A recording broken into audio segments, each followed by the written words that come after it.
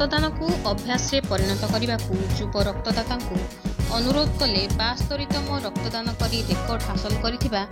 महान रक्तदाता शांतनु कुमार साहू नियमित 3 मास व्यवधान रे रक्तदान करी एही रेकर्ड को हासिल करछंती शांतनु निजर स्वइच्छा रे नियमित व्यवधान रे सुस्थ थिले रक्तदान करि आछंती रक्तदान को निजर कर्तव्य बोली भाबिछंती पेशारे जने शिक्षक होई मध्य निशा तांकर रहिछि रक्तदान रक्तदान समाज पाई केते गुरुत्वपूर्ण से बुझिछंती सुस्थ मनुष्य निजे स्वइच्छा रे आगभर होई रक्तदान करबा उचित एमिति नियमित व्यवधान रे रक्तदान कले शरीर सबुबेले सुस्थ एवं फिट रही थाए बोली कहिछंती शांतनु दिनटा मो जीवन रो गोटे माइलस्टोन आजिर दिन रे मु युवपीढ़ी मानू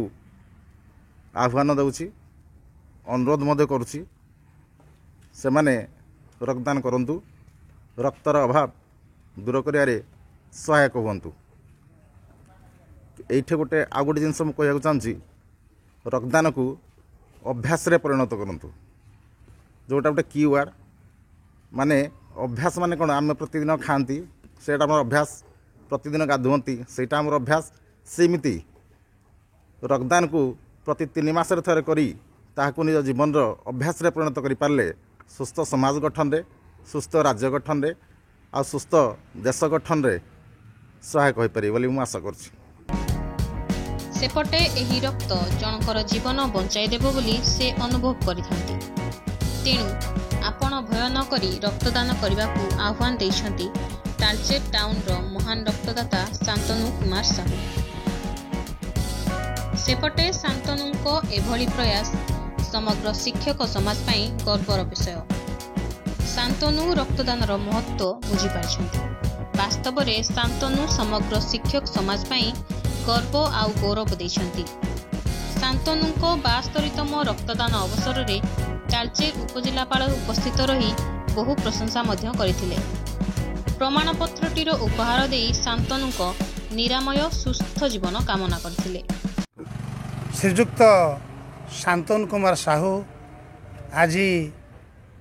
तालचेर उपखंड ब्लड बैंक रे 72तम रक्तदान करियछंती शिक्षक समाज तथा शिक्षक संगठन तरफरु महाशय को आमे कृतज्ञता ज्ञापन करुछु धन्यवाद देवी श्रीजुक्त शांतनु कुमार साहू सबु बेले रक्तदान करी साधारण लोक मानकर जीवन बंचातु यही अवसर रे मु सारा राज्य तथा जिला तथा सब डिविजन स्तर रे थिबा युवपीढ़ी मानकू आह्वान करी उत्साहित करी समस्ते आसी शांतनु कुमार साहू को मुख्य स्रोत रे सामिल हुंतु आज मु गर्व अनुभव करुची जने शिक्षक हिसाब रे मो ठारू अल्प बयसर शिक्षक श्रीजुक्त शांतनु साहू 72तम रक्तदान करियछंती एही अवसर रे आमे महाशय को कृतज्ञता ज्ञापन करने सहित जगतनाथ जगन्नाथ तालचेर अधिष्ठात्री देवी माँ हिंगोला निकट में एतिकी प्रार्थना करुछि श्री शांतनु कुमार साहूकर चलापथ कुसुमित हो ओ तांको लक्ष्य 100 थर रक्त दवा लक्ष्य रे